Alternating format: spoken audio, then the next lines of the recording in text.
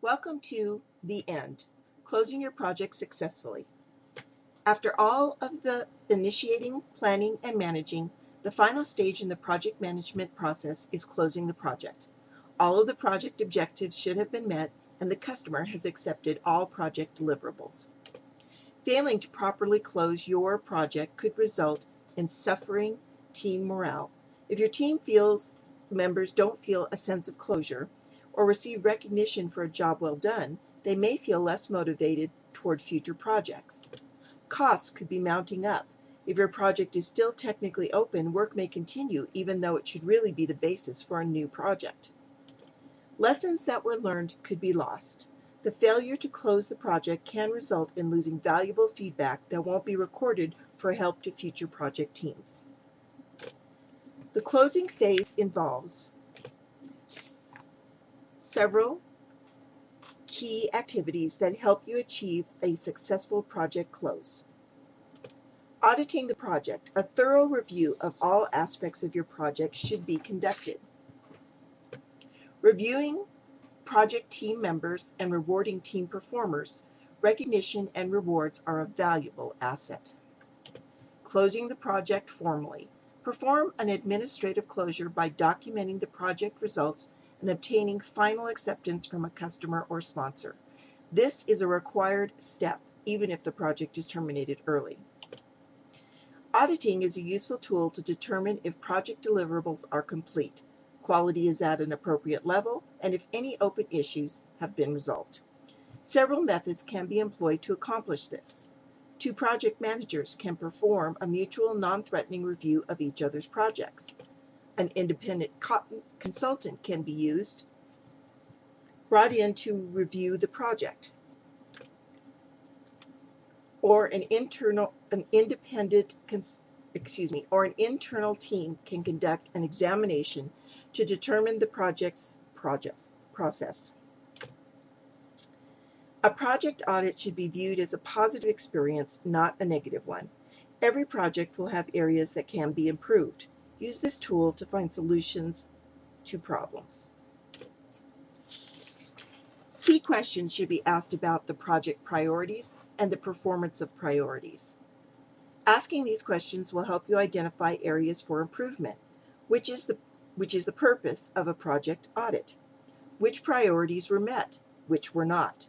What corrective actions were taken? If you audit along the way, you may be able to avoid some mistakes or take corrective action before the end of the project. Know when to terminate. Terminating a project early may be the best option if there are changes in technology, changes in the business need, or changes in the market. Saving your company's time and money will be a good reflection of your management skills, and there will still be plenty to learn. Performance reviews can be challenging. If the team members have not performed well, you may actually dread them. Even if everything is positive, an employee may still be unhappy with aspects of the review. You must review the group as a whole as well as individually. You may find that the group met its objectives, but certain team members did not. Remember that this is not a formal performance review, but rather an informal review you use to let team members know how they performed on the project. Reviews are challenging, but necessary. Successful performance reviews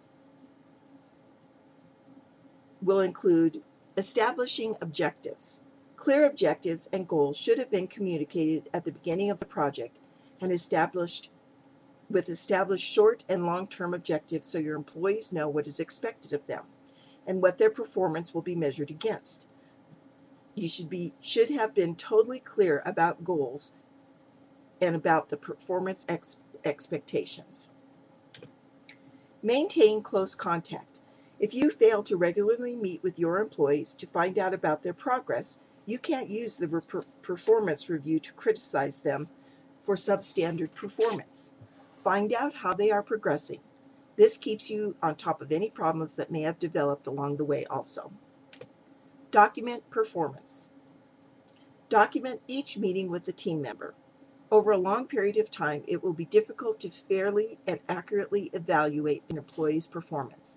Keep records of conversations and meetings, formal and informal, so you will have a complete evaluation when it is time for a final performance review. Make notes and keep them in the team members' file. Rewarding team members' performance can be either financial or non-financial. Be creative. Praise or recognition. Publicly recognize a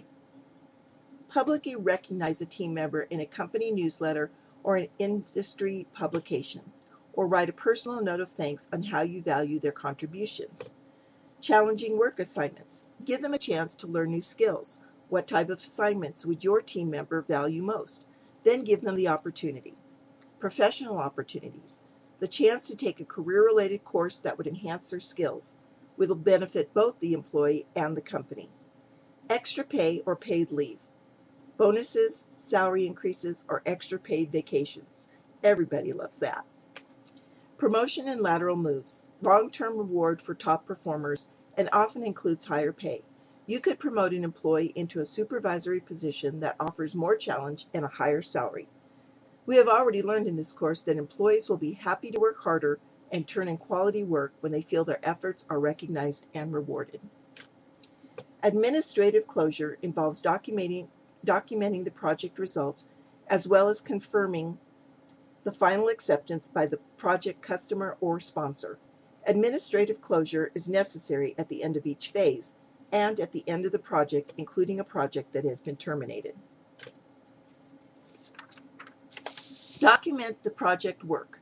Collect all documentation, original project plan, cost budget, project schedule. Review and determine if actual project performance met the shared goals and objectives. Identify variances and show overall project performance.